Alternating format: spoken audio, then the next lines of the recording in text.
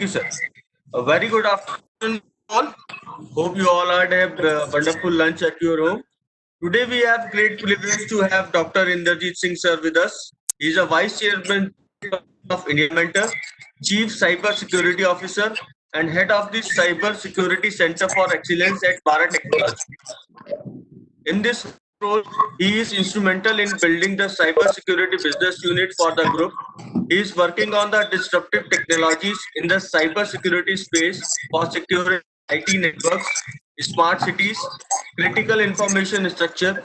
Secretary also hold a position of Secretary General at International Organization for Educational Development. He served in the Indian Defence Forces and is alumnus of IIT Kharagpur and Symbiosis Institute of Management, Pune.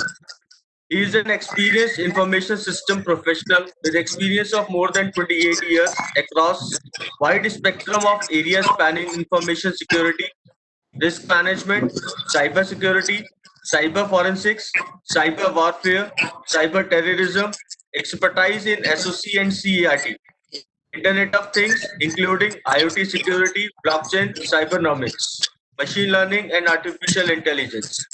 He has held prestigious appointments while in Indian Army and has been CIO of e-commerce company. He has also served as United Nations Mission in Democratic Republic of.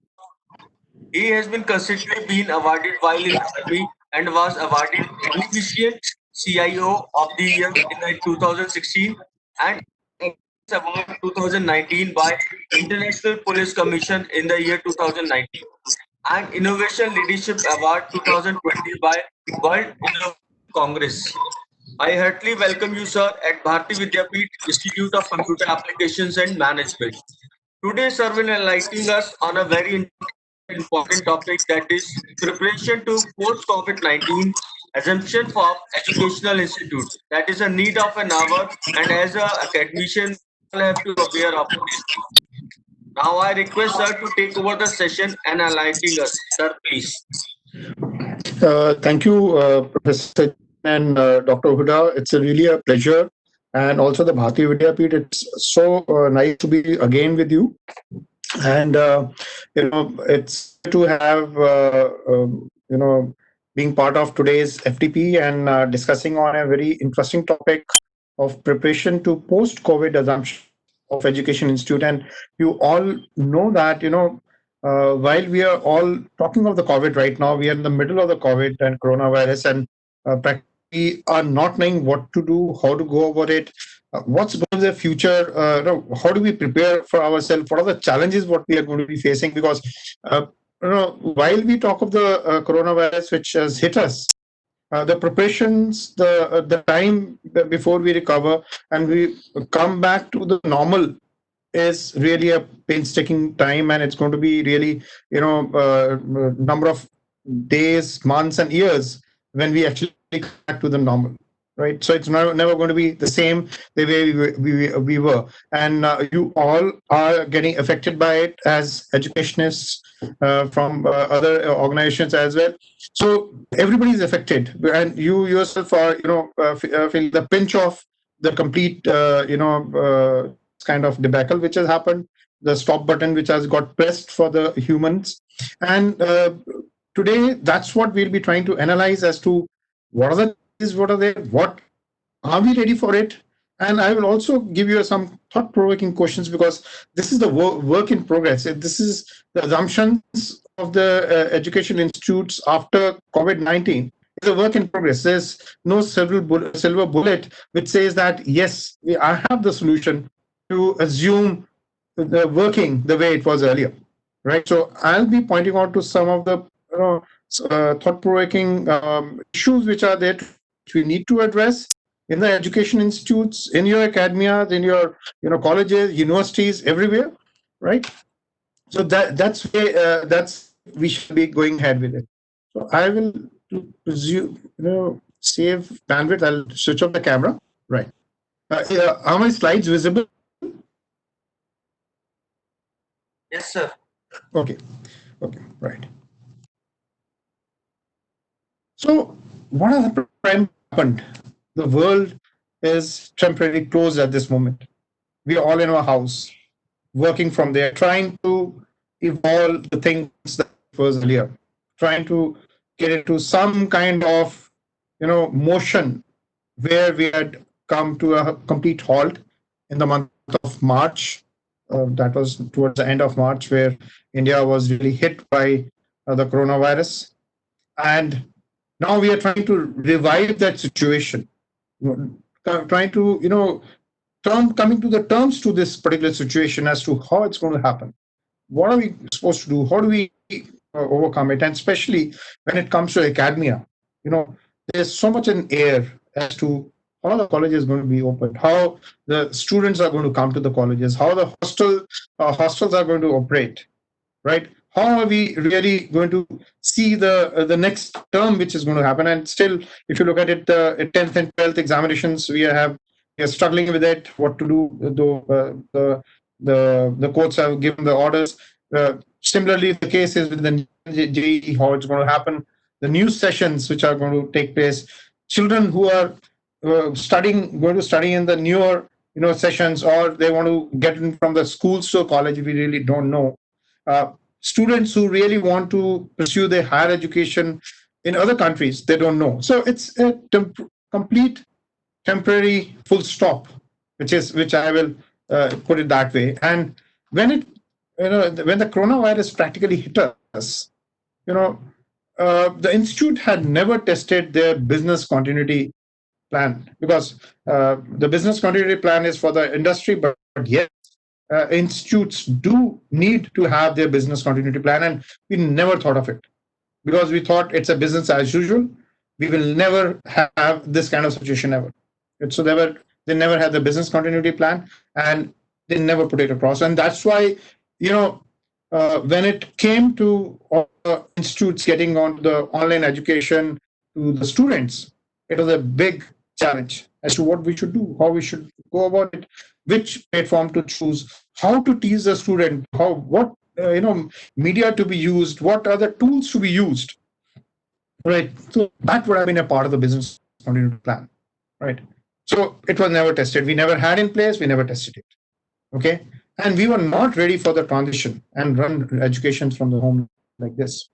We always spoke of the e-learning, but never to run the education from home. Okay, some of the institutes did have the learning management systems with them, but they had never, ported to work from home, for the students. Then was like we always had the students coming to the school, colleges, their attendance system, their appraisal system, their marking system, and thereafter, now when we it comes to the corona, right? The student attendance and how to measure their productivity is challenged. Well, everybody is working from home. Same goes for the academia, the teachers, and for the students, both of them, right? How do we work from home? Because everybody is not 100% perfect. Everybody is not 100% delivery. How do we manage that? Okay. Managing students' expectations with the limited capacities, right? We are in a country where we have the bandwidth challenges, IT resources challenges, the digital material challenges. How do we cope with that kind of expectation? And the big issue, how to sustain culture, manage the pandemic stress. And to tell you, uh, the problem which is there is there's huge amount of sustenance, sustain culture and pandemic issues, a lot of stress which has gone by into students. Yeah. So these are some of the very pinpricking issues which we are seeing it today. And when Corona happened, and there's almost 1.3 billion student all across the world. They were, 1.3 to 1.4 in the figures, and this is on the March 23rd. They were all made to operate from home, right? And there was 100% closures all across the world, and some countries really put it very, very stiff, and it was kind of the situation where students were at home, they didn't know what to do. The teachers were trying to build a kind of environment from where they could come back and teach. So that's the kind of situation we were all in. And this is how it happened. All your classrooms are empty today. And we don't know when we are practically going to go back to these classrooms, right? Though right now we do say September, October, but definitely it will never be 100%. Maybe that 30%, maybe 20%. Okay, we don't know because social distancing, the problems of coronavirus in coming months, how it's going to be there. Uh, those are the problem areas which we are seeing it right now. Okay, so it's not going to be as normal as what we think, and we as the teachers, academia, we have to be ready for it, right? We have to think in the terms as to what we should do in that situation of in the month of October or November, whatever, right? So while we saw the complete higher education disruption, and like I told you, that 1.3 to 1.5 billion students all across the world were affected, right, in colleges, universities, and nationwide closures are impacting almost 72% of world student population. Like I told you that some didn't do it strictly, some followed it very strict norms and closed down the colleges and all. And some countries had implemented localized closures, impacting million of additional learners. So that's what they were doing around. And the government around the world are making efforts to mitigate immediate impact of school closures, right? And we are seeing there a lot of orders which are coming day in and day out from the Ministry of Education, HRD, and they're trying to revive the situation, right? They are trying to work out the solution for most vulnerable and the disadvantaged community. That's very important. While I say so that we have moved to the digital era, while I say so that we have all working from home, what about those vulnerable and the disadvantaged community which are there in India? And it is a huge chunk of it. And to facilitate the continuity of education for all those remote learning through the remote learning. So we are trying to talk of number of TV channels to educate them to put it across, but how, when, where, in what format they're going to be done, right? And how much they are going to gain from it. That's more important, right?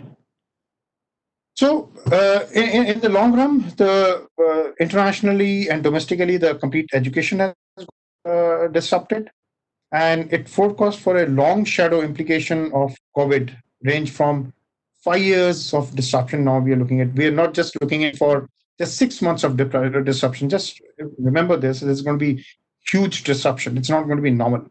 You're seeing not only education, you're seeing the flights, your hotel, your tourism, everywhere, even going to the malls or your patrols. So you just take out this year one or two. Okay, so it's going to be almost 2 to 3 years when the things are pretty going to be normal till the time we have the vaccine in place and we are back to the business as usual.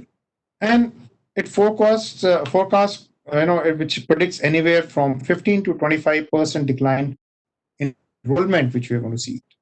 These are the pitfalls of the coronavirus, which we are now seeing it. And when I develop on in the other slides, I will tell you how it's happening. Depending on which part of the world you're doing the calculation. And this virus has put a spotlight on the antiquated financial models, rigid admission, registration procedures, dismal student progression, and graduation rates. So these are points which are so important for us, which we never gave a thought to it. And all of us, we know what are the challenges in each of these areas, right? And it has also presented higher education with opportunities at the same time after the dangers of COVID. When the vaccine will become, when vaccine will come, which is discovered, and we are back to the business level. And the functional movements will pass, the corona will pass, the virus will recede, but how the colleges and universities worldwide responds to the residuals, that will be very important, right? It's not going to be as normal as what we are thinking. It's not going to be same as ever. right? So some of the questions, and I think this session, I'll put it across that it would leave you a lot of questions to answer to yourself, because I in the initial part of my presentation itself told you that it's a work in progress, right? And it's going to leave you a lot of questions and to yourself, and you will find the answer to them as we discuss. So some of the questions which are going to be there in your mind is, how will the COVID-19 pandemic alter the future of teaching and learning? And if you put it across under each head, you will start getting the answer. Right? It's not easy to answer it right away. And I told you, like, the challenges in admissions, your appraisals, your marking, your results, your graduations, your physical training, your lab trainings, everything which is there is how it's going to alter it, how to rearrange the existing process, because your existing processes are not going to be the same as ever, right? What you did earlier is not going to be same. None of your colleges would be same with the kind of noise levels and full of students is not never going to be same ever. Okay, how will we pay the price for this education pandemic? Because students are going to be at loss, right? It may sound pretty good for the students that we don't have to go to the college, right? But what surprise we are going to pay? So that's another area which we have to really work on, think of it. And who will be the biggest sufferer in the education sector? Imagine for yourself.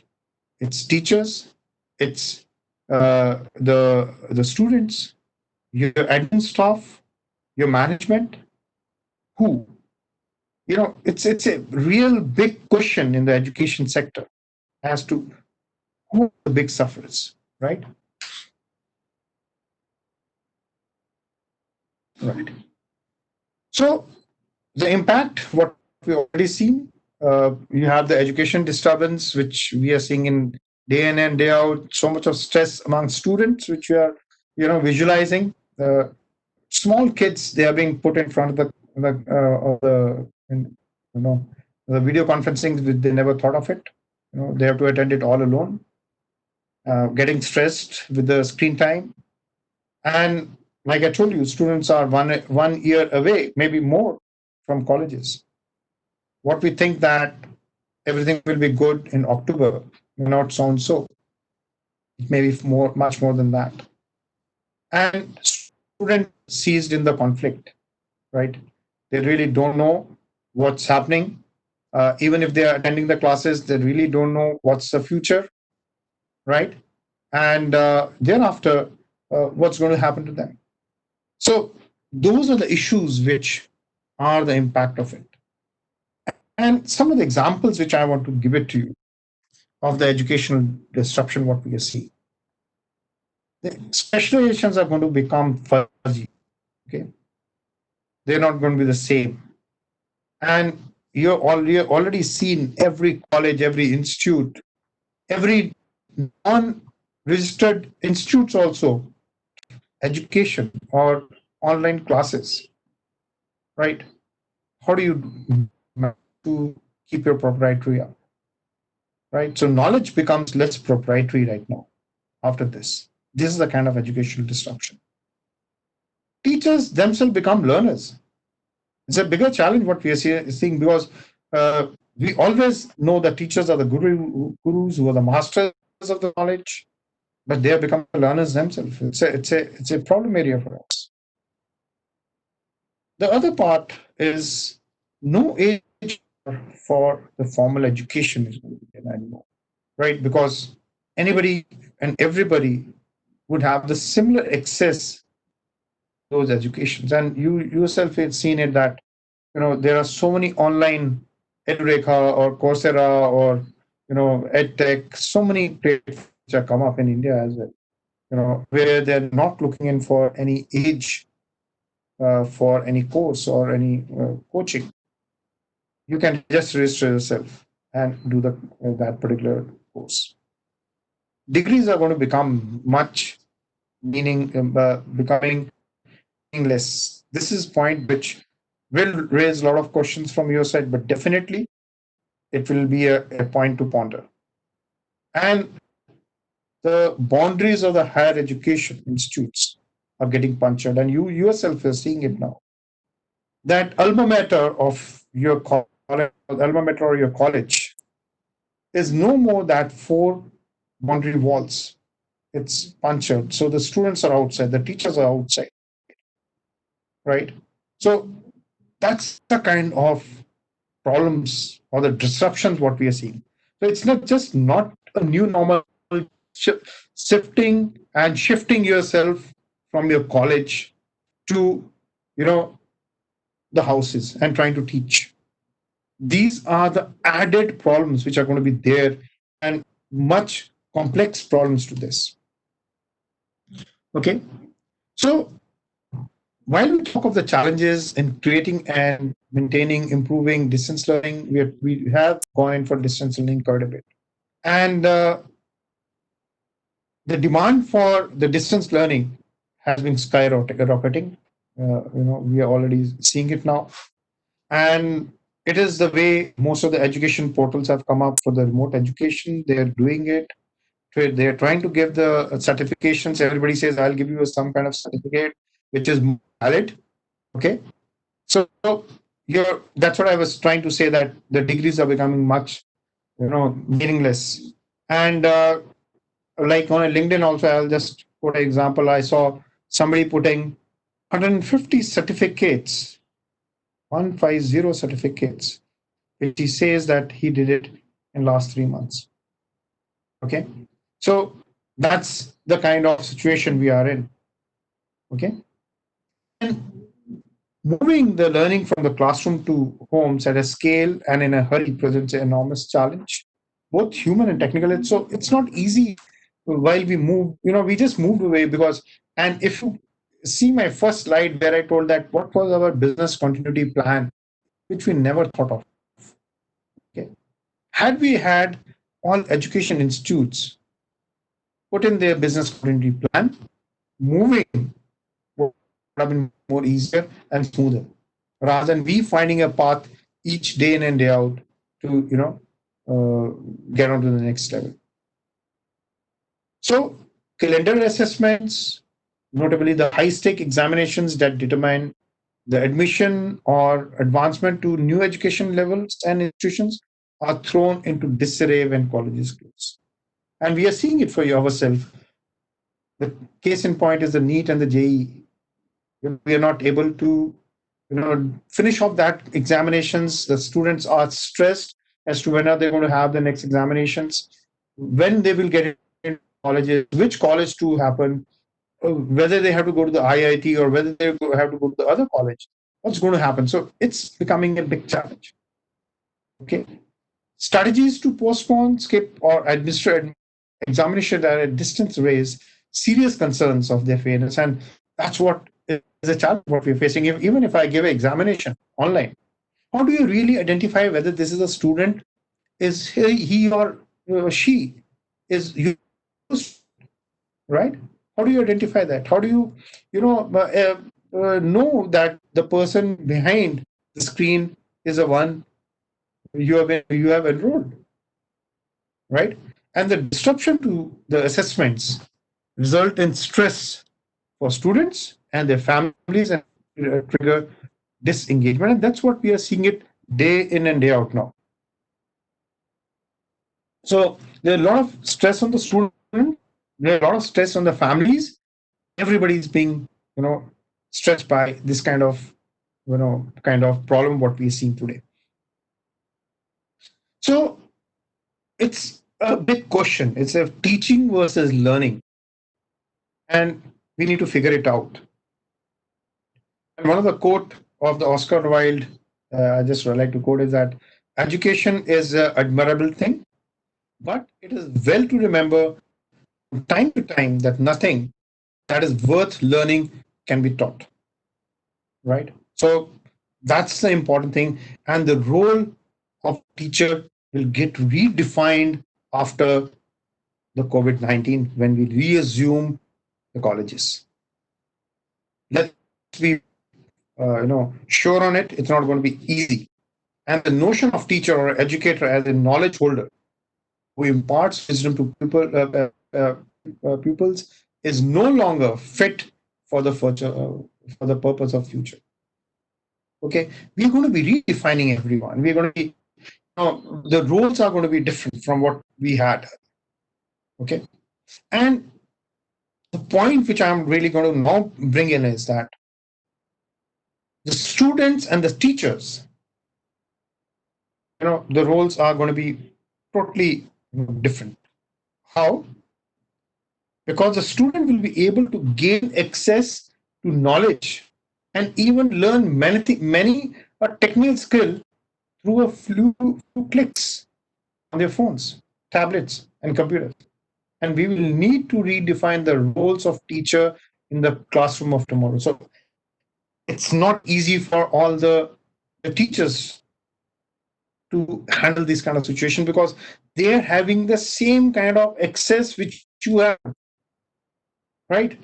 And how do you handle that situation? So it's going to be a big problem, and that's what I wanted to put it across as to who's going to pay the price of education pandemic, right? So, and this means that the role of teacher will need to move towards facilitating young people's development as contributing and employable members of society rather than just lecturing. The last 2 points are very pinpricking, very thought provoking, and not easy to digest. But that's a fact. Remember this. And this is what we're going to see it in times to come with the COVID-19 hitting us. And, we have been all talking of the distance learning versus correspondence education. So I just try to put across the point of how the distance learning works, how your correspondence, education work. And we were always talking about the correspondence education all throughout, where the interaction between instructor and the student is limited. Somebody wanted to annotate the things, so let's move on.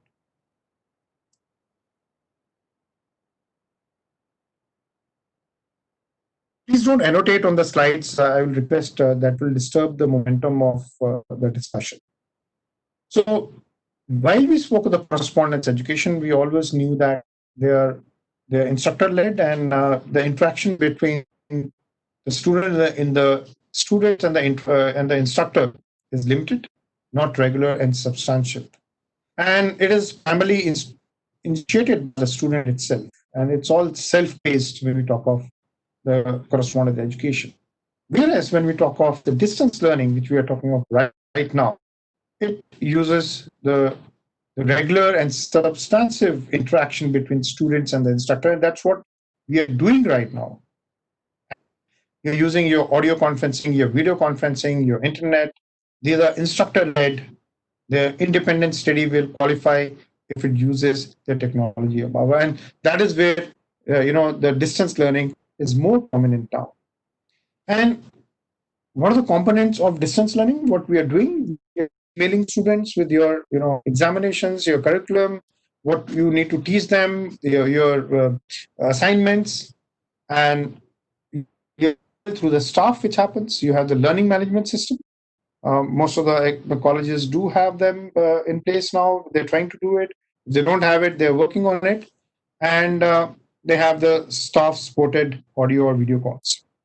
And it's a content is either I'll just take out the word physical delivery, it's mailing of content, your email material, and the learning management system.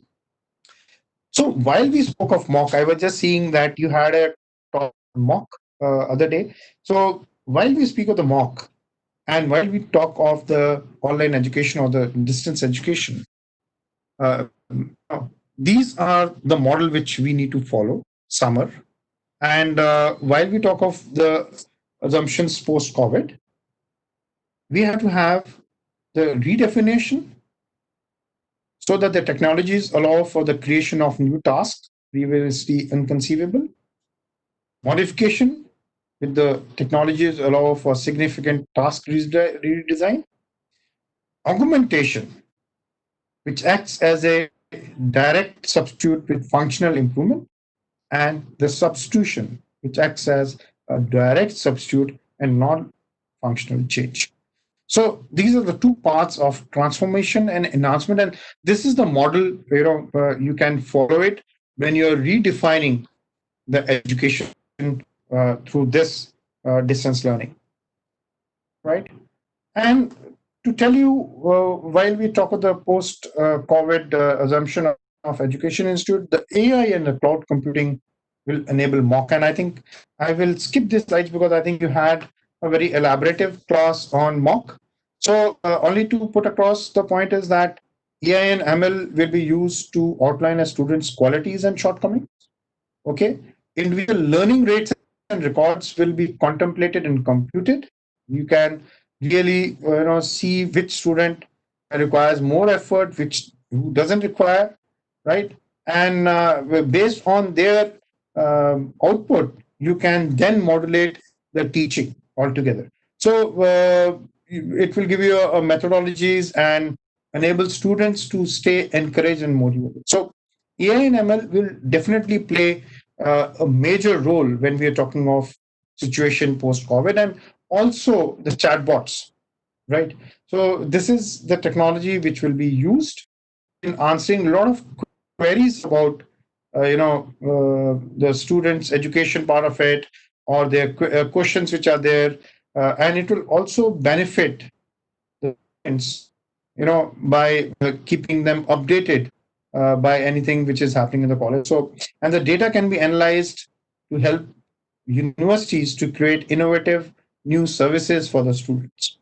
And they can also launch programs to further improve students' education experience. So, chatbots, AI, ML will be a big enabler for all the academias to put in place. So, we have to, put in these technologies into the colleges.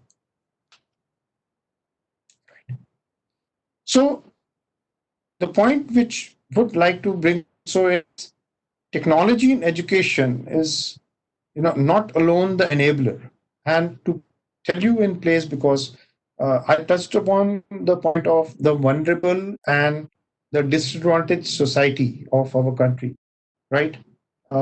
They are not able to get the technology, they're not having the bandwidth what we are talking of, they don't have the mobile phones, they don't have the tablets, they don't have the machines or the email IDs, right, to access the kind of education what we have in the urban India.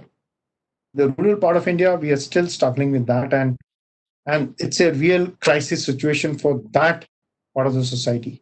And it was not only the education, it was a free food which was being given to all those students, and that is not there anymore, right? So it's a really big issue, right? And we all know that the teachers in the school, teachers in villages, they were teaching more than 60 students in a calculated environment, and whatever knowledge he had, he could deliver it to them. And while we talk of the elevated places of learning, such as IITs and IIM, where we are having all the best technologies and we can help transform education, right? The rural part of India has to be addressed in the same breath while we talk of putting the reforms in education in the urban part of it, right? So how to ensure that the students are not disadvantaged by the online teaching? So because it's a very precarious situation when we talk of it. Most of the students are visual learners, right? So effective online teaching is never the same as a face-to-face teaching, and we all know it. And most of the students comprehend. Most of the students, they don't comprehend, right? Not all students are the same, because when you're doing a classroom teaching, when you're face to face, you modulate the flow of delivery of your lectures according to the flow of or the learning of the students, right? So that's the challenge.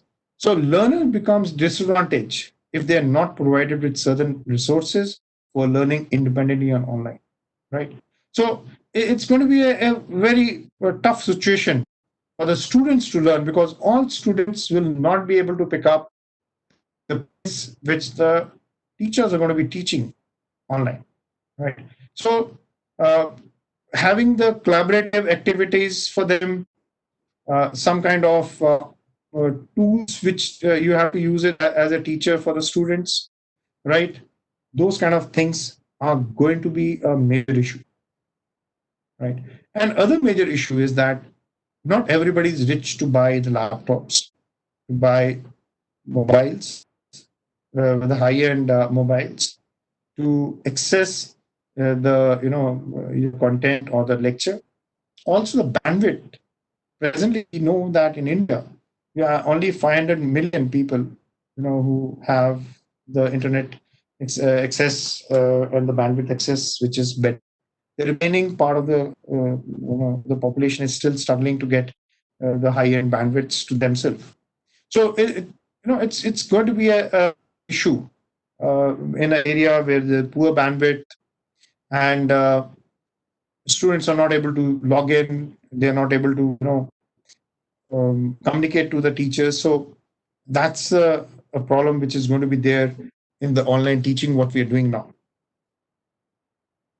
And how do we ensure that the students are not disadvantaged by the online teaching what we are doing right now? We are very happy doing this particular thing. I take 2 lectures a day online and perfectly fine. But what's the feedback when we are teaching it to the students? Are they comprehending? Are they able to get the right kind of information what we're trying to give it to them, right? So checking with them at a regular interval is so very important now, right? So the feedback system which is there has to be like in the form of your online quizzes, your intelligent tutors, as well as direct comments or discussions from peers and teachers. Practically, you have to understand this, that most of the lectures what we are doing is right. We are doing it. I'm talking to you, but I have delivered my lecture. I close the lecture. How much time I do spend on the feedback thereafter, right? It's a problem. Whereas in the normal face to face, yes, you had the questions, you used to take the questions, you ensured that the student who was the weakest link in the class understands. But are you ensuring it now? The answer would be 50-50. I'll not say everybody is ensuring it. And at the same time, I'll say not all are ensuring it. Right. So are they getting disadvantaged by the online training? Or maybe that a student has switched on the video conferencing, self on mute, doing all the games on the mobile, all finishes, the end of it. What involvement are we trying to do it? It's a problem. So we have to evolve and think of some innovative methods, because like I told you, this is not going to go away. So we have to now plan ourselves for innovative methods to do level. How are we going to be doing it, right? Then we have to have opportunities for the independent learning, right? Where the students, wherever they are learning informally every day, right?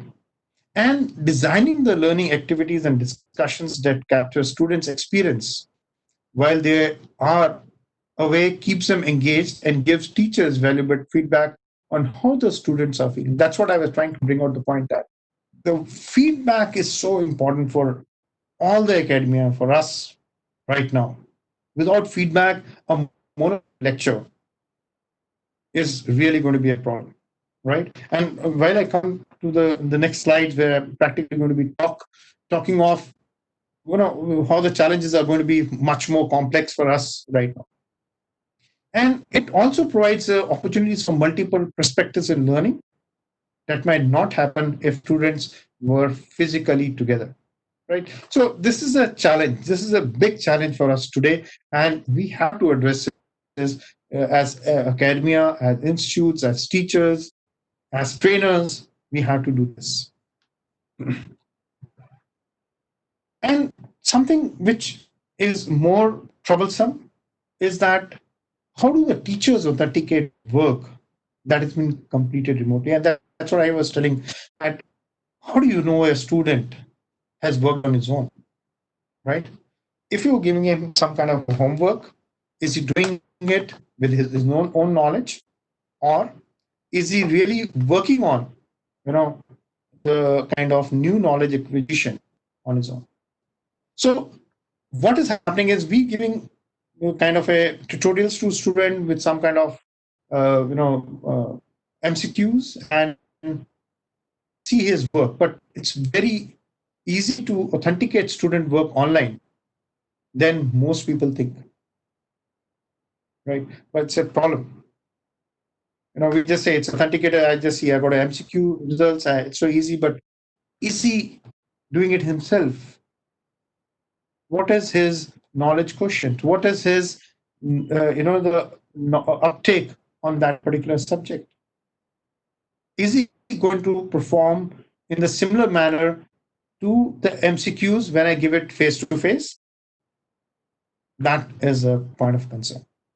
And we have to have some kind of changes to how assignments are presented and submitted for review. We have to think of it.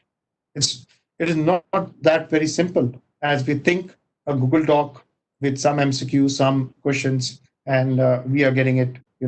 We are able to analyze or judge a student, right? It also requires the teachers to monitor students' online activity more closely than in normal classroom situation. It's a very difficult situation, right? It's not easy.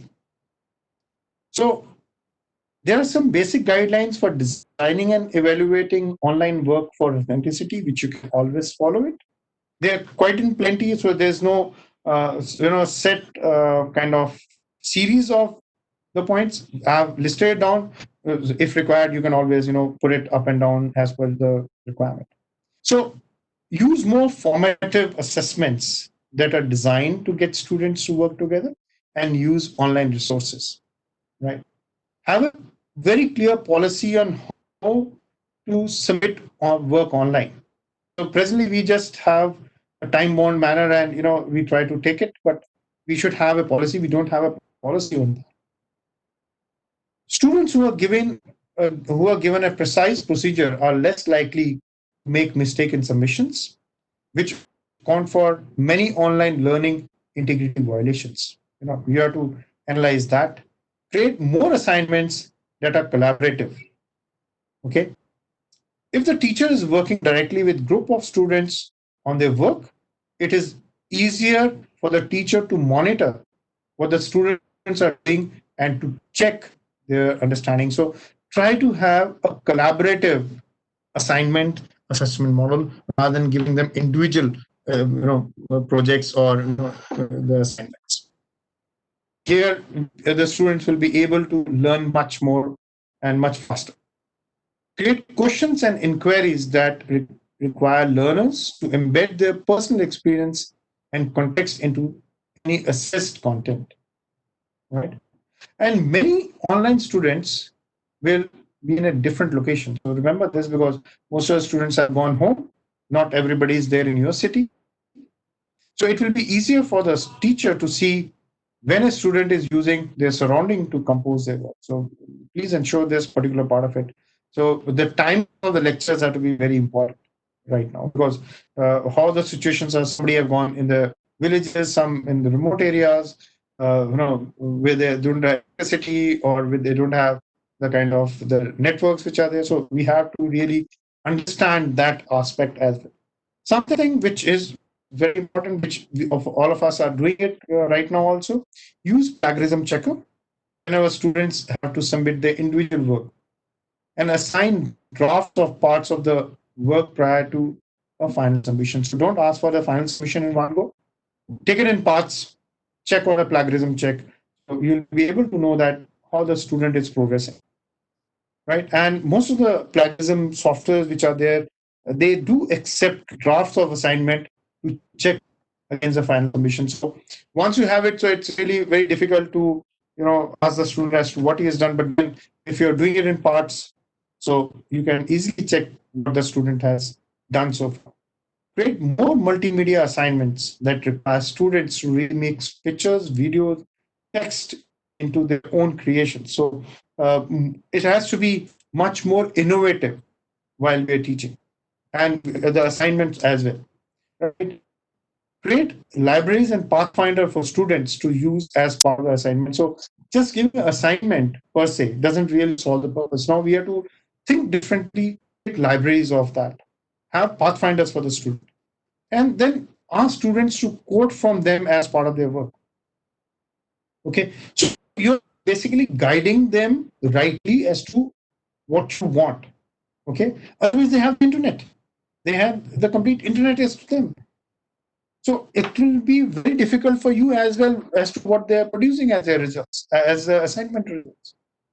Check how they're able to reference and cite work as well as reduce opportunities for copying the work from others. Okay, so this is again very different, very thought provoking that get the references of the work from where they're doing it, so that you avoid the chances of same thing getting repeated by students. Okay, interview students more often. I think that all the academia should do it now. We are not doing it. Most of it I generally see. And about the then only you'll have a synchronous kind of atmosphere. Today it's just getting a monologue kind of atmosphere where we are just going for the classes, 2 hours of class, close that. That's the end of it. We are not interacting. It's asynchronous kind of discussions what they have. Okay. So for institutes having the LMS, check logging time of the students, collaboration data, and submission type, see how often and how long the students are involved with the assignments. Right. So this also we need to check on. And very short assignment involvement time may indicate that students are submitting unauthenticated work. So, like if you remember the first slide which I showed it to you, where I told you that how do I check the productivity of the students, right? This is so important. How do I know that the work which they're submitting is authenticated or not authenticated, right?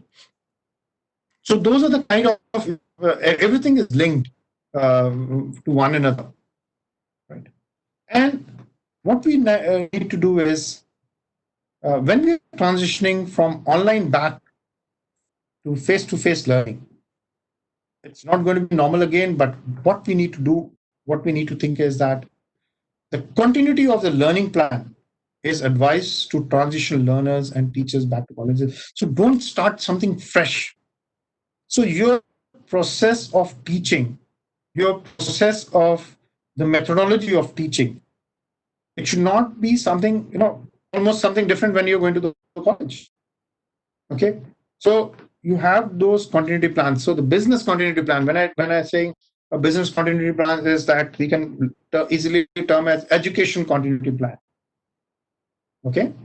So learners who are there in uh, the complete path, learners, teachers, and the students. So learners, they have to become accustomed to more independent learning, and will need time and guidance transition from it. So it's not easy for them as well, right?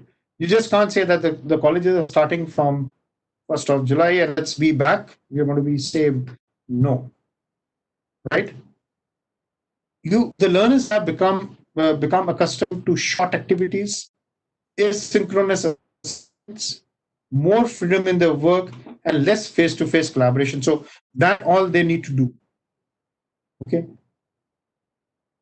And the schools or the academia should consider how to slowly transition learners to in-college schedules. It's not going to be everyone on the day one. So how it's going to happen? So that is a methodology what it entails. We are going to have uh, problems of students who would have experienced illness, isolation, intensive traveling, and other challenges that require them to time to process. So it's not just education which is going to be there. These are the kind of the baggage what we're going to be carrying along when we are in the colleges again. And like I told you, that lots of students are under stress. That's a baggage. Okay, you have to monitor them so very closely when you get back to the college again, because each student is a wonderful life and we cannot lose any of that. And colleges should be prepared to create space and interactions that take into account what their learners might have gone through. This is what I want to bring it out. So this is a kind of a new space what we are going to be working other than the education what we've been doing throughout. Okay, not that the opportunity to be prepared in traditional ways for examinations. Colleges should consider to refocus learners and assume them whenever they are ready. So, the examinations are going to be kind of a big challenge.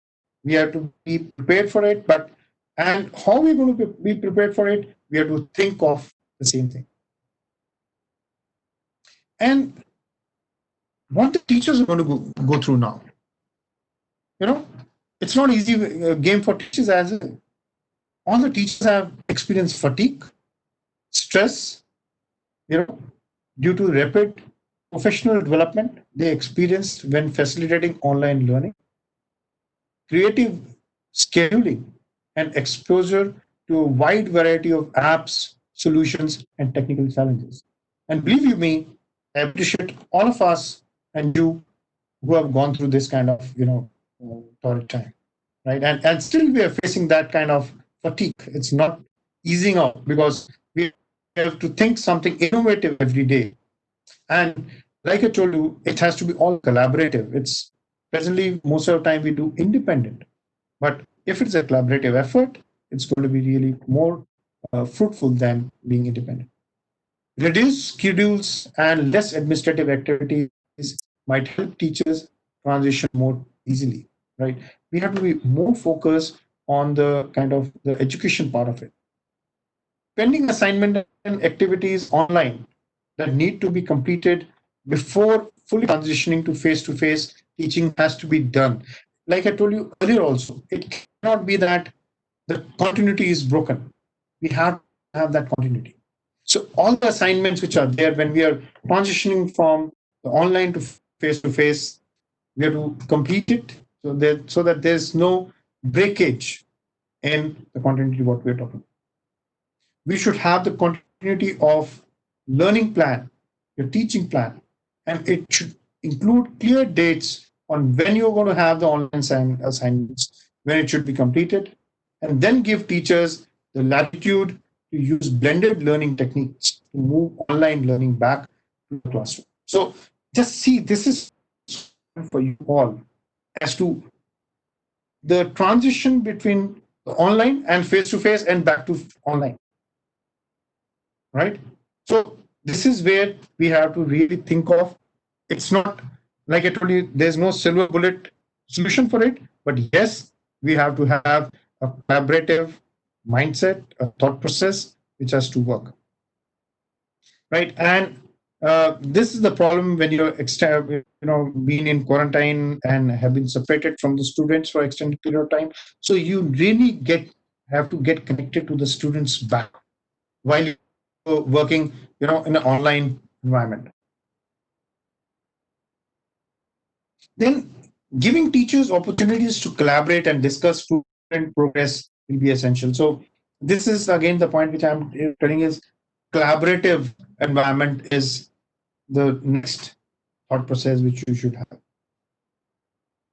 Then it is like not that the time to evaluate student works, they may they may need more time catching up with their work when they're back in the colleges, right? And one point which is a point of concern, they may feel less confident that their online teaching prepared student for the examinations, whether they perform or not perform. Okay, because like I told you, everything is a vicious circle. When you teach students, you want your students to perform. Okay, and performing in a similar manner is going to be a point of concern. right? And creating activities that are specifically designed to prepare for examination may be helpful now for making your students be prepared for the examination, right? So, what you need to do, you need to upskill yourself, and that's what you're doing. Uh, Skill, that is the learning, training, knowledge, enhancing your ability, your experience. So, everything put together, right? You're trying to improve, and you should improve your skills before you're ready to go back face to face. Okay. And some of the assumptions and opportunities for the higher education when we talk of the COVID, the post COVID situation, vision planning will coexist with and complement the strategic planning. That's what will be the assumptions which we are taking. In person, on campus instruction will not begin until spring of 2021 semester. So let's be very clear on it. We may try to, uh, telescope everything. We may try to squeeze everything, and we may say, August will start, September will start. It's a problem. It's not same again.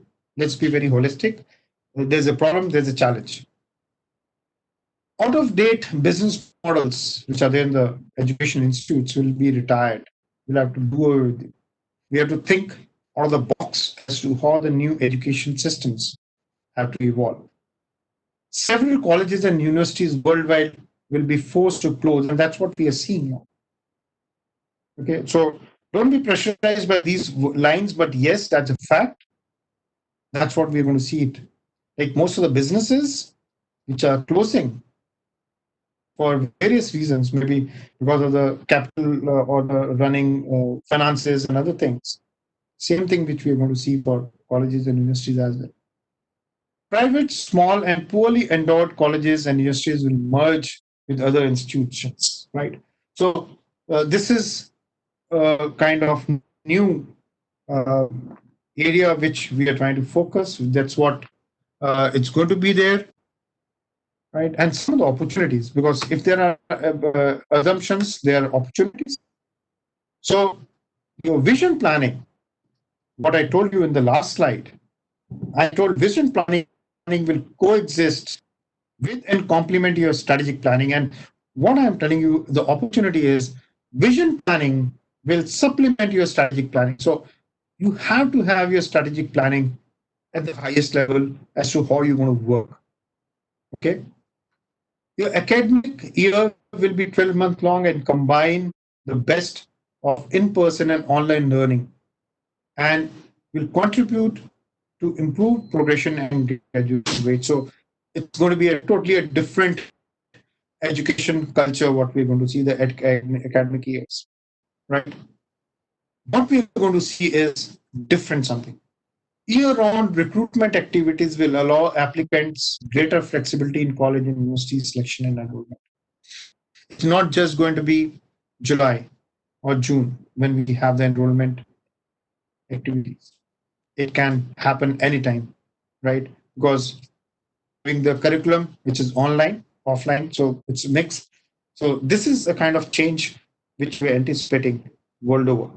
New business model and financing options will bring stability to the bottom line, right? And like I told, collaboration is the word. So collaboration, not competition, will be embarrassed by all members of the academy or the college, right?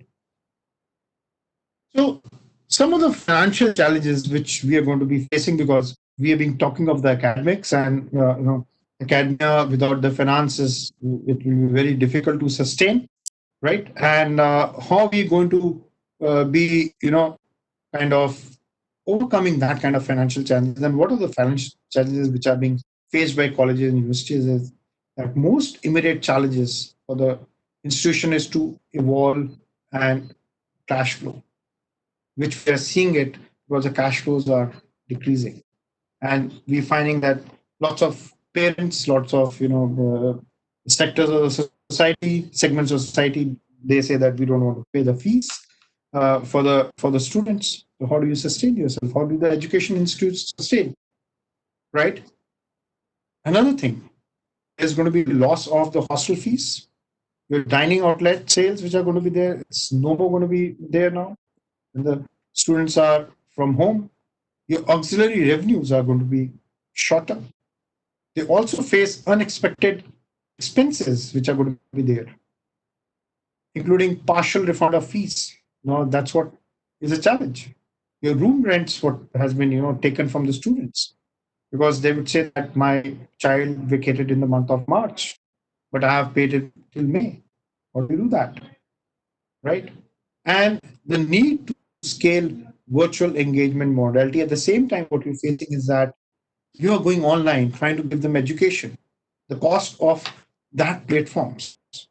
We may be using a freeware of the platforms, but if it is a cost, which is associated with it, how we are trying to, put the cost to it, and to ensure opportunity in a short term, some institution will likely need to rapidly restructure their operations.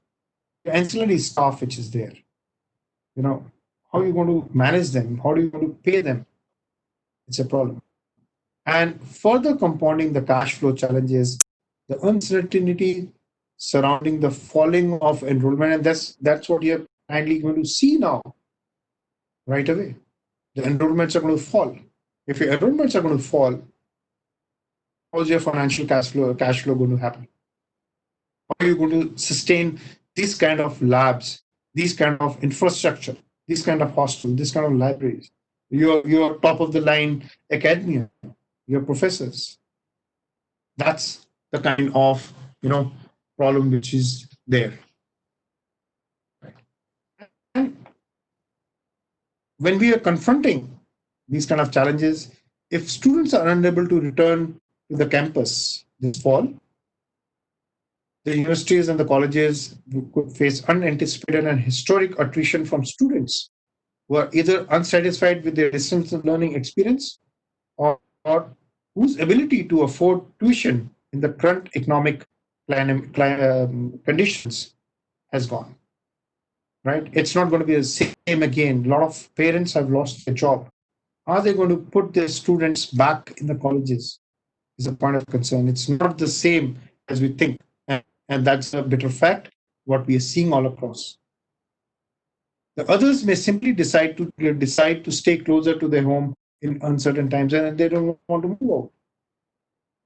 Okay. And what we are going to see is the well-resourced institutions will find it hard to forecast the enrollment for 2021 academic year. It's not easy because the people in the enrollment section know how many students will come in a particular academic year. But this year, we really have a tough time. The number crunching as to how many students are going to be joining college, right, is going to be a problem. And for the institutions that are already financially stressed, because most of the colleges are financially stressed or operating from deficit position prior to the pandemic, how they're going to sustain, right? So the short-term unanticipated expense and long-term enrollment decline, right, it's going to really threaten their solvency, potentially forcing numerous colleges to close and merge. And this is a fact. And this is how what is going to happen in the coming months. So, like I told you, that there's going to be a huge problem of the enrollment, which we are going to see in the times to come. And there's a lack of clarity regarding how the next academic year will unfold. Right. So, we really. Yes, please. Sir, can we take 2-3 questions in between the session? Okay. Otherwise, I'll just another 5-6 slides, and we can take the questions Yes, sir. altogether. Yeah, that will be fine, sir. I think that will be better. I'll just Yes, sir. and then we can have a discussion. So Yes, sir. right? G. G. G. Right. Okay, sir. Thank you. So the prospective students, your current students and families have a long list of questions to ask to the academias, and none of which have easy, clear answers right now, and that's a fact. With so much of influx, the administrators will have a major challenge of the administrators of the colleges. First challenge would be helping the institutes define realistic and achievable enrollment goals for each of the various future state scenarios under consideration. So academia, the administrative team is going to be, on the mat for working it out. Second challenge involves communications. How do you communicate to each one? You can't have the kind of off campus enrollments which are there, which used to be earlier the number crunchers for the enrollment. So how are you going to do that? And the college and the university enrollment leaders and counselors should simultaneously acknowledge the uncertain future while instilling confidence that we are going to, try to overcome these kind of problems. And in the wake of this kind of pandemic, most of the higher educations have shuttered their physical campuses for the academic year and moved the summer sessions online. And that's what they started. You have also started noticing that some of the colleges have started already telling them that this summer we are not going to be operating, the campuses is closed. But it's a big problem. And all the problems, what I try to bring it out, are the same things. If you correlate each one of them, uh, we are coming to the same conclusion to the points. And the college and the university and doing the enrollments in India, the challenge which are brought by the COVID are moving the traditional campus recruiting events to the virtual settings. They have to do that. Minimizing the summer melt amongst the admitted students, dealing with students and families shifting financial needs, that's a bigger problem, and accurately modeling what enrollment outcomes will look like for the fall term, which even before COVID was ramping up to be competitive and chaotic due to the changes by the UGC and the guidelines for their being out time to time. Right. And one of the bigger near-term issues for enrollment managers, lack of clarity, which we are seeing coming up. Okay. And when we talk of the second challenge, which involves communication, we also talk of the college and university enrollment leaders and counselors should simultaneously acknowledge the uncertain future, right? And we talk of institution which they're prepared, the institutions is prepared for whatever may come, right? Institutions is still the best option for current and prospective students. That they have to bring it. Otherwise, every college or institute, it says we are the best, right? And the outreach program for getting the admission is going to be a challenge, right? So while the dynamics of the pandemic and its impacts involved to evolve, right? There are several approaches and strategies the college and universities can employ as they contemplate their enrollment strategies for fall and beyond. So they need to keep doing something or the other, right? So I will cover up these things which I'll just try to cover up is that uh, the education which is nudged and pushed to change would lead to a surprising innovations in time to come, right? And what we're going to see is the change from your face to face to the digital learning and back to face is there going to be a challenge, right? And the other thing is the technology would be a big enabler. And while we talk of the AI, ML, and the chatbots, the 5G technology will also play a major role in times to come. And the 5G is already being very prevalent in China, US, and Japan, where learners and the solution providers are able to use this kind of technology for their education. The traditional in-person classroom learning will be contemplated with the new learning modalities from live broadcast to educational influences to virtual reality experiences, right? And then we're also going to be seeing the public-private educational partnerships would grow in importance. So this is another change what we are seeing in times to come altogether, and it will reshape our education system. And the public-private partnerships will be more prevalent in a country like us, right? And we'll be seeing the education innovation and the importance what we are going to be seeing it, uh, where we have the government funded or non-profit backed social projects partnering with the education institutes and taking it further. One thing which is of concern again is a digital divide would widen, and which I told you that especially in the case in India, where most of our population resides in the villages and don't have the proper bandwidth or networks available to them, right? So the digital divide will be quite wide, and the technologies which are there in the urban area with the rural India is going to widen in times to come. So the teachers who are teaching 60 plus students in a class in that kind of environment, they will not be able to do in the same manner as it was earlier. Okay, so one or two slides on looking ahead.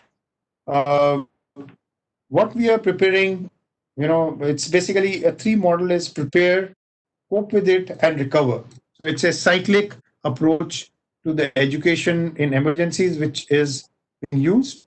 So what we are learning from the COVID is similar to the other previous pandemics. And the preparation is very crucial for this nature. While different scenarios exist, several of them assume that the COVID spread will happen in waves, which means the process of addressing it would be cyclical. So, just to tell you that this coronavirus or the COVID, generally, most of the coronavirus do recover in a V-shaped kind of environment. So, if it hits you, it's a V-shaped recovery, but the coronavirus is going to be a W-shaped recovery. So, once you have been hit, it goes to the low, then it will recover, and then we'll get hit again, and then we'll recover. So that's why when I have that 2 years, 3 years, 5 years, not so normal. So all those things are part of that recovery cycle. So what we have to do is we have to cope with it, and once we are able to cope with the recovery with this crisis, we should minimize the negative impact of this particular thing, and then only we'll be able to cope with it, overcome with it. Okay, and we should have a plan that includes introducing protocols for screening in colleges, rolling out hygiene practices campaigns, imposing school closures, offering distance learning, using closed schools for emergency purposes. So those are the kind of things which we need to cope with. And as the emergency phase dissipates, communities move into a recovery phase with governments implementing policies and measures to regain lost time. That's what we are going to do. And we'll be able to use the momentum to re-prepare, invest, and reinforce systems looking forward. So we have to look in, prepare, cope, and recover. So these are the phases which we have to remember while we talk of all the education institutes to get back to the new normal of education. So with this, I have come to the end of the talk. And as a parting shot, be cyber safe and stay safe. So I will now take on the questions what you have.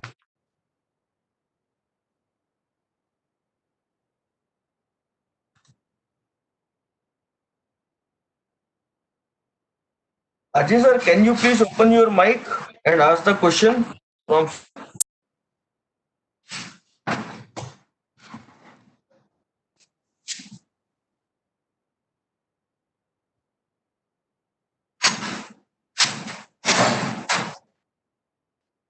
Ajay sir?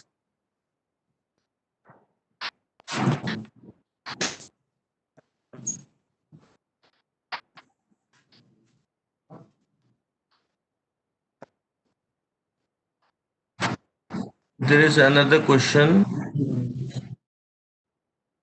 from Dr. Bagiza. Say, please. Can I have your question again, please? Yeah. Actually, sir, I am asking for the participants to ask questions. Yes, because there are a number of questions. I think best is that one by one, whosoever got Yes, it, sir. may unmute yourself and let me know. I'll be able to answer it faster. There is one question from Dr. Nazif.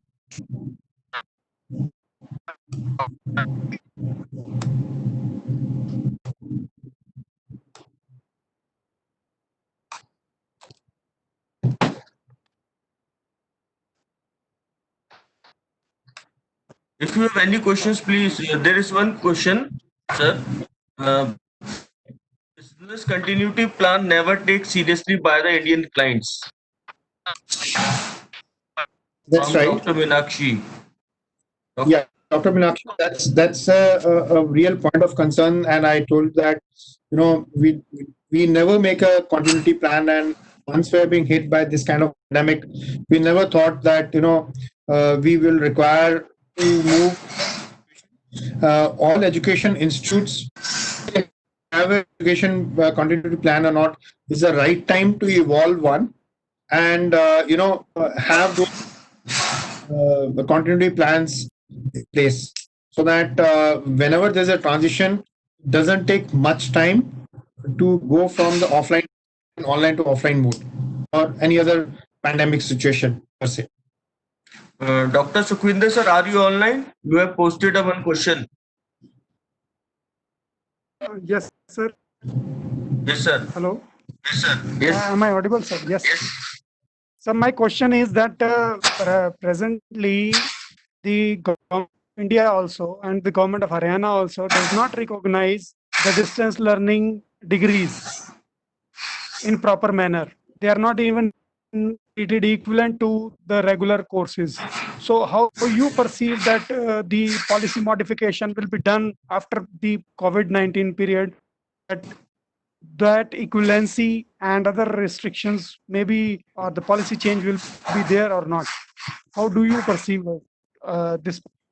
Yeah. So see the problem which I am giving is I think so you can mute, somebody can mute. Like I had brought out that there are so many institutes, they have started giving their degrees. And what is the validity of so it's not becoming a proprietary anymore. So the the degrees are going to be given by different institutes need to be ratified again. And what I perceive is that we have to do that due diligence post COVID as to which degree is important, which is relevant, and which needs to be ratified or accredited, has to be seen in due course of time, and which is required right now.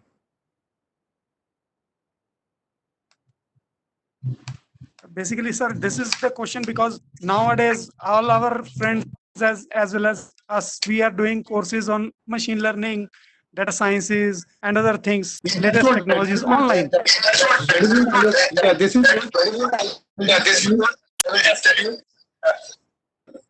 what I'll show this again. I'll show this again. See this. It answers you. See this. Sukhwinder, sir, please mute your mic. Yes. Dr. Sukhwinder. Hello. Hello. Yes, sir. Yes, sir. Dr. Sukhwinder, you are asking this question about distance learning. About all the type of I will give you a little more.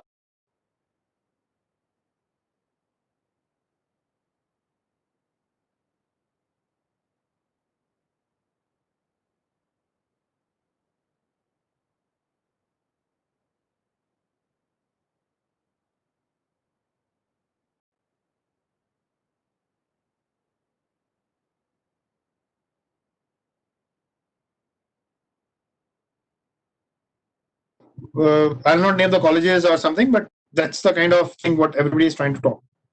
Teachers become learners, most of them. We all also notice And age has become no bar for formal education. And I told you that somebody I saw posting on a LinkedIn 150 certificates in last 3 months. Okay, and you would have also noticed the same thing which is there. Degrees becoming meaningless right now. How we define this particular situation, you know it, and the boundaries of the higher education institutes are getting punched. So these are the point of concern. These are the areas which we as academia, government has to give to it. Colonel, As to how they have. hello, Colonel Sam. Hello. Yes, sir. Yeah, Colonel Saab, with your permission, I will give one update to Dr. Sukhbinder. In fact, Please, what sir. he's asking, he's not asking that whether degree is important or knowledge is important. He is asking that what will be the relevance or the significance and the recognition of the degree in the changing environment. Okay. Dr. Sukhbinder, the case which you referred about distance education and its derecognition across Haryana, the case is not only across Haryana, the similar case is happening across the country. And that was happening for different variety of reasons, and many of us are aware of those reasons.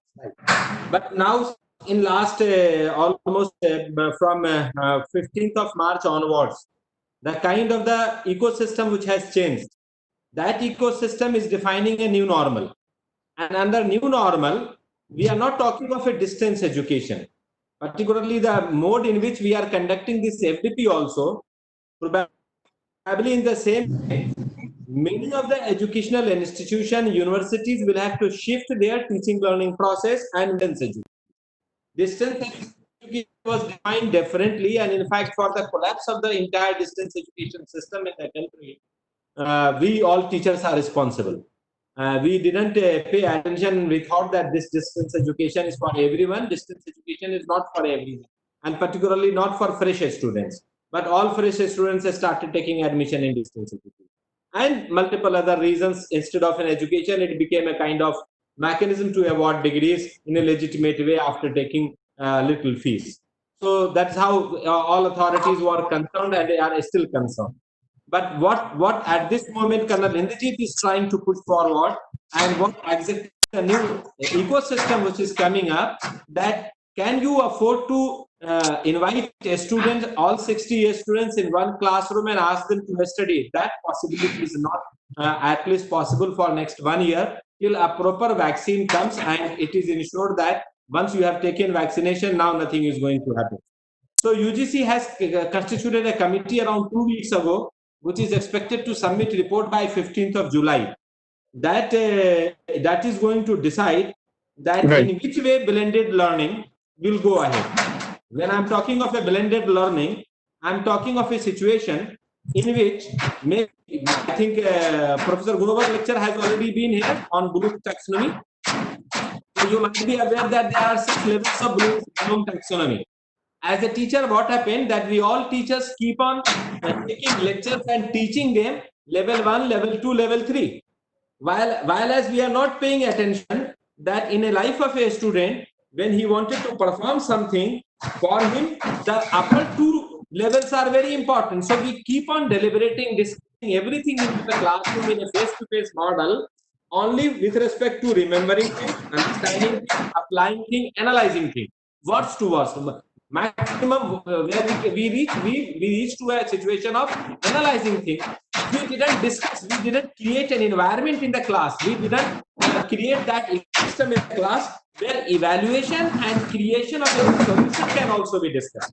So what I'm talking, blended learning, on which UGC is debating, many of the counselors and strategic planners are part of that committee, that in which way blended learning should go on, how much percentage of entire education system can be made online, and how much percentage should be left so that some face-to-face interaction or some such interaction which enable students to learn the upper levels of the Bloom taxonomy, that will be conducted. That model is being developed by UGC. It is expected that if not by 15th of July, by end of July, the model will come up. But at the bottom line of all these discussions will be, which I have got little information from UGC, that they all are debating that we need not to teach now students to prepare them to the at least the first three levels of the Bloom taxonomy. Means we need not to teach to remember things. We need not to teach to understand things. We need to teach to apply things. The what teacher interaction will be under a blended learning environment will be at least from level 4, that is analyze, then level 5 evaluate, and then level 6 create.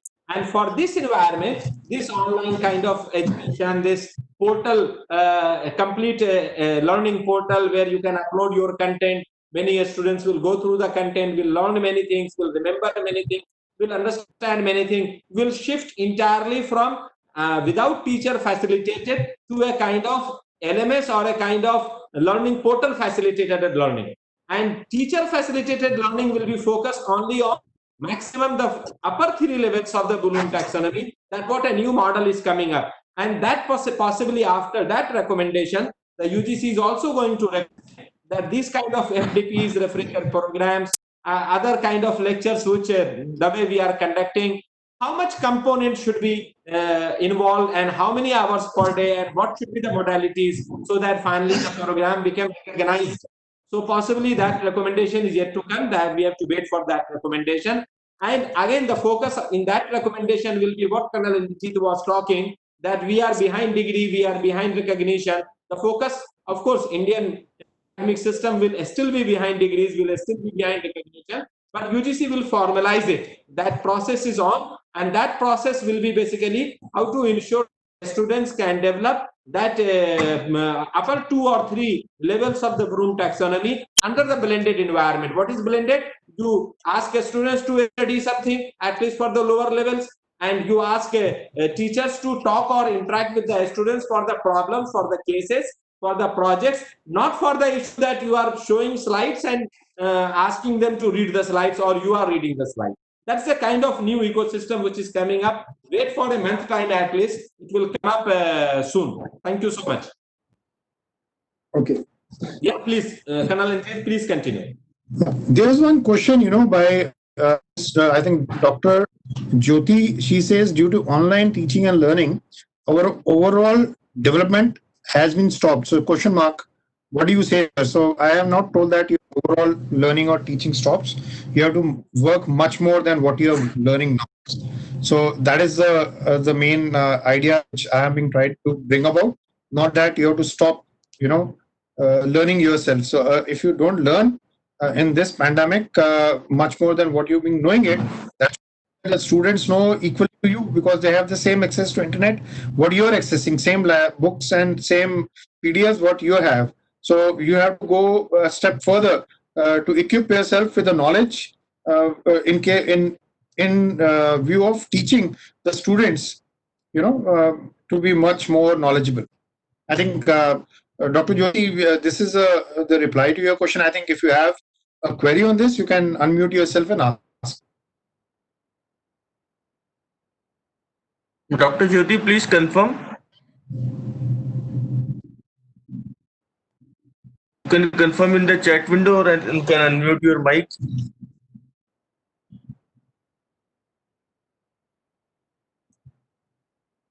We'll take another question from W7, who is the profile name of W7. Okay. So there is. No, sir, I am Selvaraj.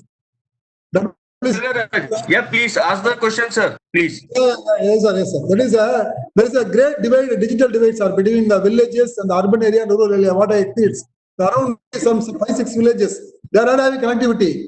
How we can equip the online learning and how to the digital parity? How are you going to match it? I am getting connectivity, but nearby my villages no connectivity. There is no broadband. There is no the internet, continuous internet is not there. How that's right. Right, and the Ministry of Human Resource Development, what they are trying to do is they with TV channels where they're trying to have, because in India, like I told you, there's a huge digital divide, and you're also in sync with me. So they're trying to come up with TV channels with the classroom online classes which are there, and there'll be round the clock channels which will keep beaming the lectures of other students in the, especially because there is no data, there are no laptops, there are no smartphones in them. So how do they really, learn? And even the TVs are less in number. So they have huge number of televisions in a house or in a village. So this is a point of concern there. Yes, it is a concern which will be there for quite some time before we get a very robust and clear answer. Though in Parliament also this question came up, and the reply was that we are trying to work on the channels, but how many channels, which channels, multilingual, vernacular channels. So those are the things which the working on to show or beam the classrooms to students in villages. Yes, sir. Thank you. One question, sir. That is, the pandemic, day by day, the cases are increasing. What is the, plan of opening the class? You have mentioned one of us, sir, I said is next year, September 2021, like that you told. Is it so? So it is like this, though we say October, but the challenge is, or you'll only able to take a call in September 2020 whether you want to have students, and even if there are students, whether you want to have 20% of the students in a college, or it is a residential college, then how many students you practically want at a given time, whether you'll have the hostels. So these are the questions which are very live, and Dr. Huda can assist me in replying to this particular thing, because these are very live questions, very pin-pricking questions. So we are not seeing the end of it immediately. Right? Thank you, sir. Huda? Thank you.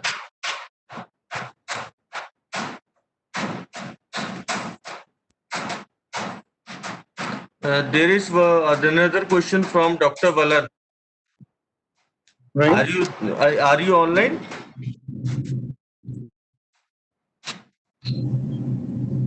Dr. Valan, please unmute your mic and ask your.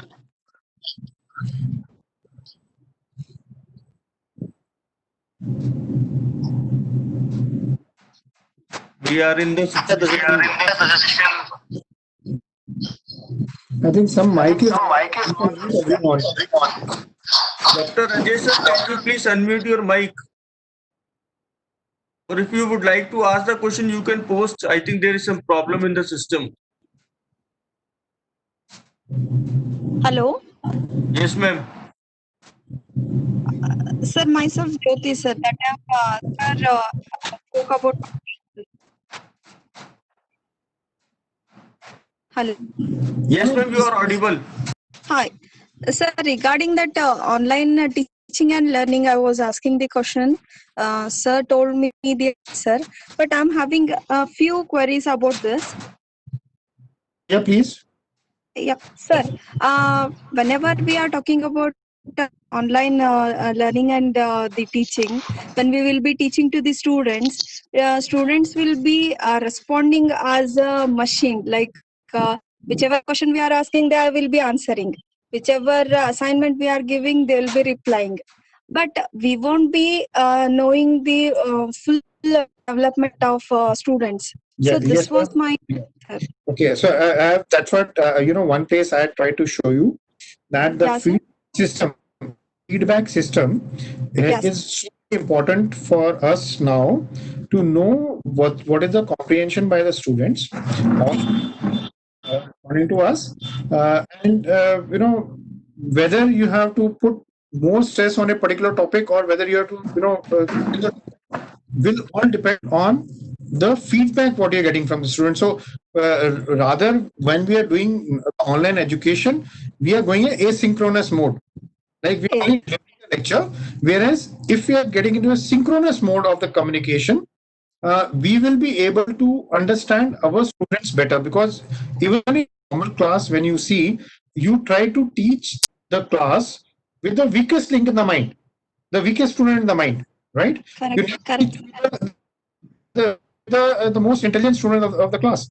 So here also, because we are not interacting with the student face to face, we don't know what the students are all about, and whether they are able to understand, not able to understand. Feedback is one activity which is so very important now to make everybody active of the teaching. Correct, sir. Yes. Yes.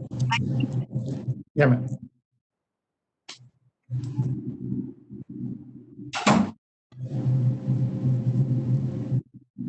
Right. But how about the mindset of the teachers? There is this inertia of that state of inertia is there, no? Say again, please.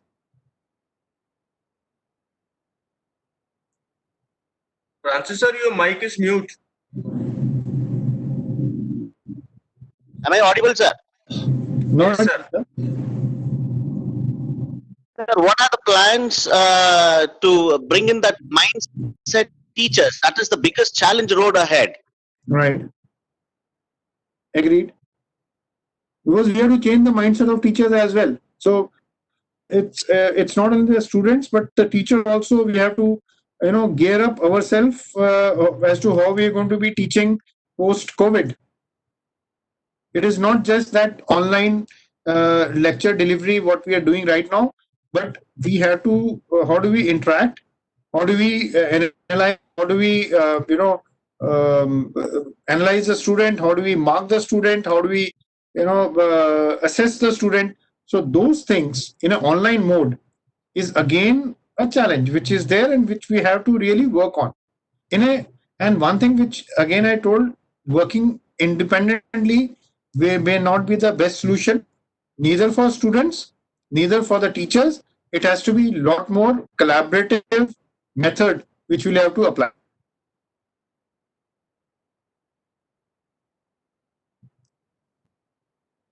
Sir, but shouldn't be there sufficient number of trainings before we pitch in for the online classes? Yes. So if you're, that's what my point was again.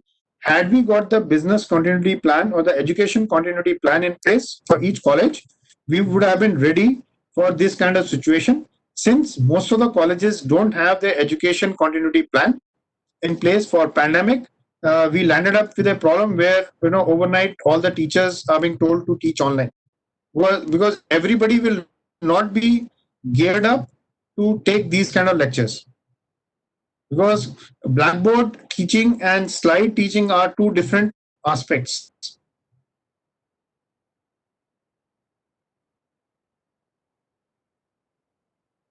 Uh, there is one question from Dr. Meenakshi. Sir, how to work on the emotional quotient of the students, as there are certain traits which are learned on by the human interactions. Yes, ma'am, and there's a challenge. How do we interact with your student? You have to be more engrossed with your student, because presently we are not interacting with the student. We are just interacting only that 50 minutes of class or 1 hour of class, and most of the time we find that the students are just, we mark the attendance and do away with that how many students were there. But we have to interact. That one of the point on my in my talk which I have conveyed, that we have to interact with student. We have to have a synchronous communication established with the students, so that uh, the students going through stress, going through problems, or showing the signs of stress can be addressed. Otherwise, we'll not come to know that the students are under stress, students having a problem. So we have to have a synchronous communication with the students. And second method is, rather than having individual assignments, have a collaborative assignments and taking feedback, so that if you are interacting with a team of students, definitely you will get more input about a student not working or having a problem, or some telltale signs which other students will definitely bring it out. Good afternoon, sir. Just to add on to this, very rightly pointed out that yes, collaborative efforts would really help us to know that whether they are, what is their engagement level, what is their teamwork that they are working on. But at the same time, the students are also interacting on the digital mode or either through telephones. I can just quote an example, as in one of the schools where we were, the time of when that dolphin game was very that became very popular at that time. And at that time, the principal shared an experience with us that the very close friends of that person, they could identify that the student is not very interactive.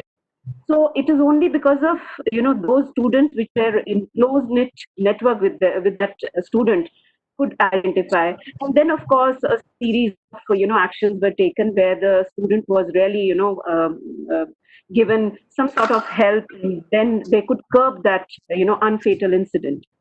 So in this case, when we are talking about online, more of these things. So I think this, as it is a matter of, because maybe now we are in a transition state, and the acceptability and the adaptability is little difficult. But maybe in the coming years, maybe the next generation would be very at ease with it. But since we are in the transition mode, so it would be a more challenging for us, to get into this and really identify, because the stress or the different traits of emotional emotion that we are going through. So don't you? What is your view on this?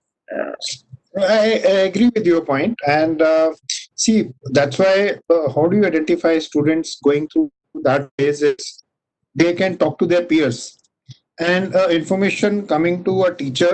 And until a teacher is not interacting with the students, he or she will never come to know what the students are. And now, like, you're kind of distanced from the students, right. right? How do you really get in touch with them? So some kind of activity. That's what I told you, that we just have a 1 hour of class and some few questions which we know that there will be only few students he will ask, and then that's the end of it. And thereafter we never interact or go back to those students as to what is happening. Right. So when we are having those question answer sessions, when we give them some collaborative activity or a group activity for them to perform, and you interacting with them, that will give a different kind of thought process to the student, also a different kind of interaction with you to the student as to how they're working or how they're performing. Otherwise, when we will not really come to know. You will say, I had got a lecture, I did my lecture, I have done it, I told them everything which was there, and I have done my job. But what that students have really taken back home is only they can tell. Right. So if we are bringing those students on a collaborative platform, you're able to open up with them. And to tell you one more thing, it's uh, we used to follow all the vertical environment Yes. everywhere, in all the whether it's a corporate or government or academia. Right, sir. We have realized with the pandemic, it's no more vertical environment, right? Right. It's horizontal environment which has working. Right? A student would never interact with a teacher, so often, most of them. Yes. But they are now interacting with the teachers on and off. So it's the hierarchy which was horizontal, sorry, vertical all the way, right? Right. Like a HOD or a dean or the principals or whosoever or the teacher. True. There are different academia, different names. So they never interacted with the student, everyone, not all the students. But with the horizontal hierarchy, the complete mindset has changed now. It's going to be. It's for good or bad, we don't know. Yes, of course. It's the time only will tell. Yeah. And So we got to in my prepare talk, ourselves. yes, ma'am. Right. So that's what I was trying to bring in my talk. There's a lot of thought-provoking questions which are there. Exactly. There's a silver bullet apply to all those questions. Right. It's a work in progress, and it's only that as we go along, yes, these points can be there at the back of mind when you're trying to formulate things, trying to work on things, trying to devise new methods. But these are the things which will always come up in 4 to 6 months of time. True. Very true. Thank you so much, sir. Thank you. Welcome, ma'am. Yeah.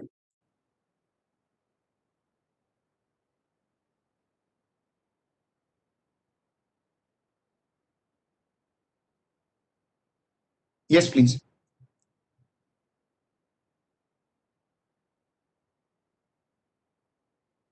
Any other questions?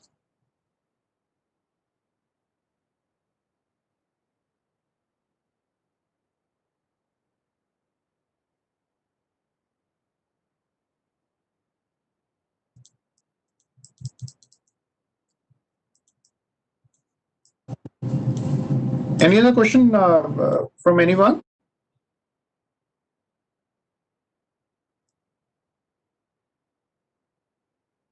There's one question from Dr. Swapnila. I think you can unmute yourself and ask this question. Dr. Ajay has also posted a one question. Right. Most of the college-going students will choose distance learning programs. In this situation, institute or universities which are running regular courses will suffer a lot.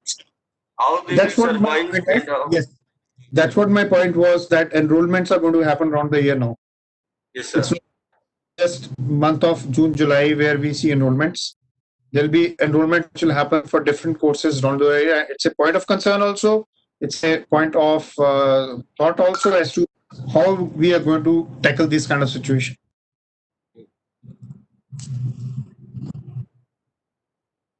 As we have a time, we can take a one question more. If any participant would like to discuss something, they can just unmute your mic and discuss it.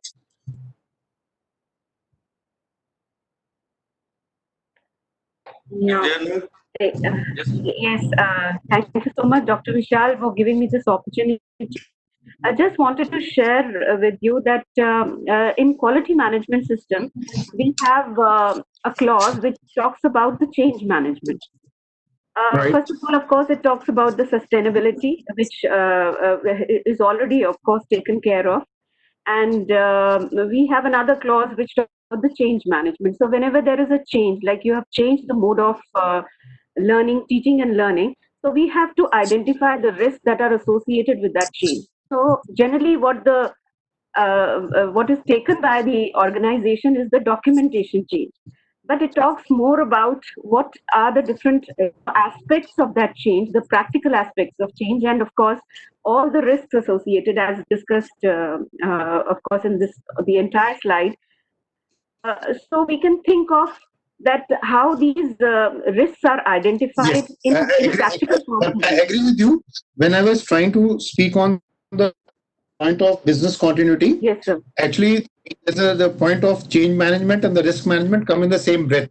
Yes, yes. And so I really didn't put in the same word as it. Then we were trying to say the risk management, which are the risks which are associated with all the activities that we are trying to do. Right, right. So that is a bigger challenge, because again, most of the colleges, they are supposed to have a risk management in terms of the education. Exactly. I don't know how many of us do really have as the part of the risk management, and how many of us have really put it to test. Yes. Right. That's absolutely true. Yes, ma'am. Absolutely true. I mean, the essence of things are not taken in a practical way, but it's more of a, the kind of, as simply very rightly put on, that it's just the vertical thing that we want to see. That yes, whether it is implemented or whether it is, the training has been done, but the all aspects like brainstorming and where different ideas come up. Yeah. So that is not taken into view, and we really need to work upon that. As an institution, as I mean, wherever we are working or wherever we are taking our ideas, so we really need to work upon that. The two documents, ma'am, that's what you pointed out: business continuity plan or the education continuity, and Yes. the risk management document. Right. Right. So these are the two things which define everything. If we had that, this transition of the colleges going from offline to online, and then now we are going to have the offline. Other things which would have already been covered, and it would have a very smooth transition for most of us. But unfortunately, we never thought on those lines ever. Right. There is the most one of the big challenge in taking online session. Dr. Piyush would like to how lab in engineering courses can be planned in this distance learning scenario. Pardon, Would sir? you like how in engineering Yes, courses? yes. So this is I wanted to talk on this lab thing also, but online labs is a problem, because there are certain labs which are the chemical or chemistry labs which are there, or the other kind of labs which require the physical presence, the physical kind of work. Those lab activities would not be possible as of now. Yes, sir. Right. These are the big challenges. This is a big challenge which we are going to say. Unfortunately, I missed that particular point of, though it was in my mind of the labs, but I missed out while making the slides. But definitely, labs will be a big challenge. Physical education grounds which are there, that will be a big challenge. So the holistic development of a student will be a point of concern, Yes, sir. right? So those things which we need to really address on as to how do we handle those labs and the physical education lab playgrounds. I think, sir, there are no other pending queries or points to discuss, sir. So we can wind up the session. Right. I just checked the of sir. I think sir is online.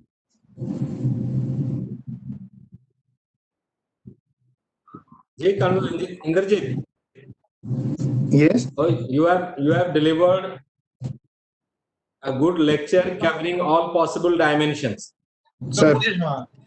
One of the participant has raised the change management. She has rightly raised a very important concern, and possibly for next at least 6 months, country like India and the educational administrators in India will go with the same phenomena, with the same problem of managing change. And probably the way in education system where we are today, had anyone imagined that maybe 50 years ago? So accordingly, under the new normal, different statutory authorities like University Grant Commission, like All India Council for Technical Education, and other statutory authorities like Bar Council of India, like this National NCT, like Medical Council of India, etc., etc. They all will have to change it, and that changing environment, all these things which synonymously people keep on using will be different. Face-to-face teaching will be different. E-learning will be different, and e-learning will be different from distance education. And all these e-learning from distance e-learning, continuing education, distance education, face-to-face will be different from the online and digital teaching, which is absolutely synchronous into nature. Let me give you one example here. We started this FDP, and I keep on monitoring almost every session, with few exceptions when I'm in office and there are multiple other works, and if I am required to move out of office, so I miss that session. Otherwise, almost I attend all the sessions. See, there are all teachers, 100 plus teachers from different parts of the country. They will correct me that if as a teacher I am teaching in the class and a student wanted to ask question in between, most of the teachers tell that your question, let me come at the end and will answer you. And what happens that if a student think of asking a question, he keeps on raising hand, and somehow or other, if we miss that, then he misses question also. And then at the end of the lecture, in physical face-to-face mode, what happens that students are in rush, in hurry to go out of the classroom. And the question which he was trying to ask in between the lecture missed in the entire process. But here I look after the kind of the beauty of this system of digital education. Let's appreciate that the moment a question comes in the mind of a participant, a mind of a learner, he immediately writes in the chat window. Maybe a coordinator or even the speaker, at the end of the session, he is aware that there are multiple questions going to come up in the chat window which I have to pay attention. And at the end of the lecture, he keep on scrolling the chat, keep on finding name and questions, and keep on asking, oh yeah, you have asked a question, and answer is this, and probably sometime it happens, the negative side, that the person who asked the question is not online, is not in synchronous mode, is somewhere else. But the speaker is so particular as a teacher to go through the chat and ensure that the question which as a participant or as a learner he has asked or he has asked, I should be in a position to pay attention and address this possibly mechanism was in physical mode. Exactly in the same way you rightly said that there are multiple kind of laboratory work which at this moment with the infrastructure we have at this moment is not possible to be conducted online in digital mode, though we are talking of synchronous learning using digital mechanism. This digital and online mechanism is absolutely different. What MOOC offers the facility, what e-learning facilities are offered through NPTEL, etc. This is a different mechanism. But despite that, we are not having that kind of infrastructure. So there are two flip side of this. One flip side, good simulators will keep on coming. Wait for 6 months. Good simulators will keep on coming, which will provide you a kind of virtual laboratory facility, which in countries were popular since last almost 1 decade, and in last 4 or 5 years it became very, very popular after the virtualization became very popular in science, and particularly after this cloud environment, that you need not to keep your own laboratory. You may utilize the laboratory of some central repository and conduct experiment from your institution. So the moment that virtual laboratory were being used since last 4 or 5 years, in the same way, with the help of different infrastructure uploaded on cloud or different infrastructure to be accessed in a share mode, this problem, this deficiency will be solved. And the second, now statutory agencies have started thinking that how to make syllabus state of the art with respect to time, so that the constraint that none of my experiment can be conducted through virtual laboratory, and for all the experiment I have to visit an institution, a student has to go to the institution and then will conduct the experiment. That possibly aspect is going to be looked into in next 1 year in design of curriculum.